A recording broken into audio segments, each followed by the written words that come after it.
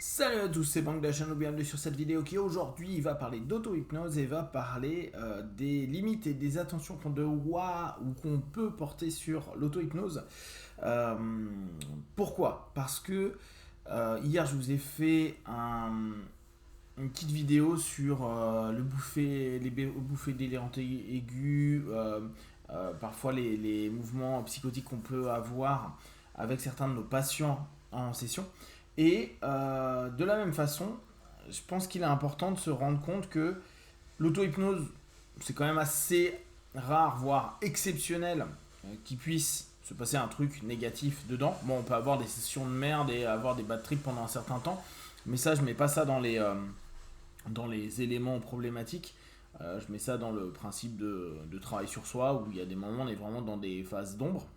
Mais plutôt, la problématique générale de l'hypnose, je vous en avais déjà parlé il y a quelques années avec le fait que certaines personnes sont complètement addictes à l'hypnose et hyper suggestibles. Et souvent, c'est des personnes qui adorent aller à des spectacles d'hypnose pour se sentir complètement partir et ne plus rien gérer à l'intérieur d'eux et laisser un opérateur leur faire vivre différentes sensations, émotions et perceptions. La problématique qu'il peut y avoir, c'est que au niveau de l'auto-hypnose, quand on commence à en faire pas mal, on se rend compte qu'on devient hyper dissocié sur beaucoup d'éléments et que donc on peut prendre des moments de notre vie de façon un peu plus apaisée, normale, on est distancié. Seulement, il y a certains types de personnes qui en deviennent addicts, mais addicts sales, dans le sens où ils se dérobent à la réalité, à leurs problématiques. Pour certaines personnes qui vont avoir des tendances dépressives, des tendances à l'isolement, etc., etc., ce monde virtuel interne, qui pourrait être super sympa s'il était orienté vers du concret et du réel, de la mise en application des suggestions pour obtenir des choses et avancer dans le quotidien, peut enfermer certaines personnes dans un monde euh, interne intense, mais qui les coupe complètement d'un cheminement dans le réel commun. Et, euh, et là encore, je vous parle même pas d'auto-hypnose ésotérique, spirituelle, etc., où certaines personnes vont carrément être constamment en dialogue interne avec leur subconscient, slash guide, slash entité supérieure, etc.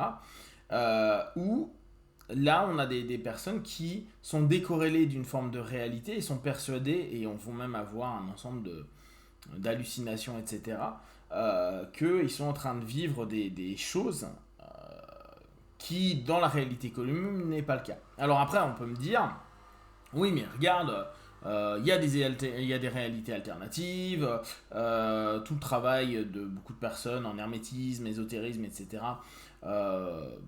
Tente à montrer ça. Il y a certains spécialistes de l'hypnose qui vont faire vivre des rencontres spirituelles, énergétiques, etc., etc.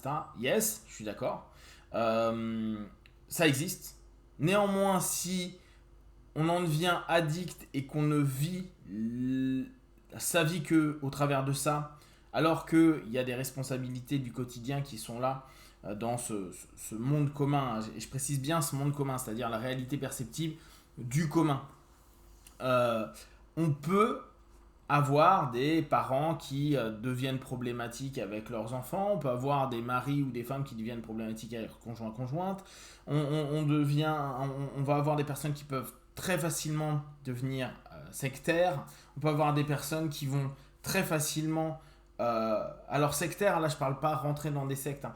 Je parle vraiment rentrer, quoi, ne rester que dans un univers, un vase clos d'autosuggestion qui se répète, s'autogénère et qui, vu que la plupart du temps, à force d'avoir ce travail, et puis la plupart du temps, ces personnes qui sont addictes à cette forme d'auto-hypnose et qui restent constamment à l'intérieur, sont des personnes qui ont eu, de mon observation, hein, des traumas qui ont été assez lourds dans l'enfance Et je vous avais proposé mon hypothèse de dire que les personnes qui partent le plus facilement en transe sont des personnes qui ont eu, euh, durant l'enfance, un besoin d'exploiter le plus possible des dissociations, des travaux auto-hypnotiques, sans nommer ça de cette façon-là à l'époque, ce qui fait qu'ils ont une facilité à partir très vite.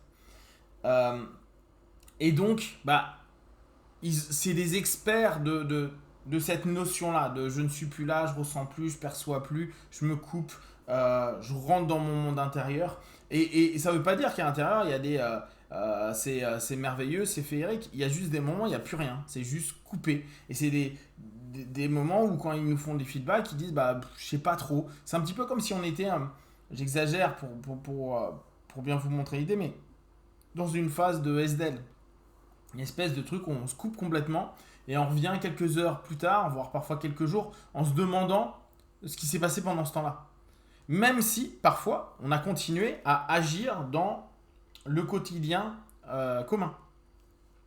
On a pu aller au boulot et tout, mais on se souvient quasiment plus de rien. Où on était complètement... on avait l'impression que c'était limite un rêve. Donc, ça peut vous paraître étrange ce que je suis en train de vous dire, parce que c'est des choses qui sont assez exceptionnelles.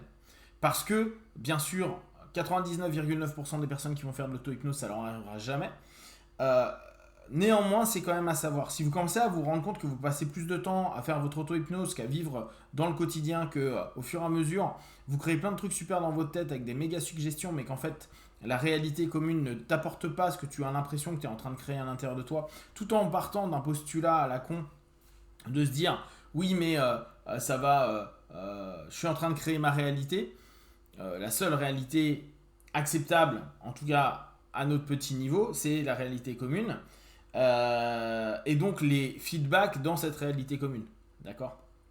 D'où le danger aussi. Alors, j'exagère là avec les mots danger, etc. C'est pas comme si c'était un truc genre warning, faites attention, n'en faites pas. Mais c'est juste pour en avoir un petit peu conscience et parfois s'en rendre compte quand nous on le fait ou des personnes qu'on connaît sont dans cette démarche-là. Parfois la notion qu'on peut avoir avec certaines personnes qui sont dans des lois d'attraction et qui sont donc dans de l'auto-hypnose, des autosuggestions avec une orientation vers une réalité alternative qu'ils aimeraient avoir dans la réalité commune et qui au bout du compte passent leur temps à glander chez eux, à pas faire grand chose et à imaginer qu'ils ont déjà les trucs alors qu'ils l'ont pas et X semaines, mois ou années plus tard, ils sont exactement dans un statu quo, rien n'avance bien sûr. Par contre, dans leur tête, ils ont l'impression que ça y est, les choses, c'est pas loin, ça arrive, etc. Vous voyez qu'on arrive quand même sur des névroses qui peuvent être assez lourdes, voire dans les pires des cas, ça pourrait devenir, ou ça pourrait être déclenché, parce qu'après, il y a peut-être des sensibilités, des mouvements psychotiques.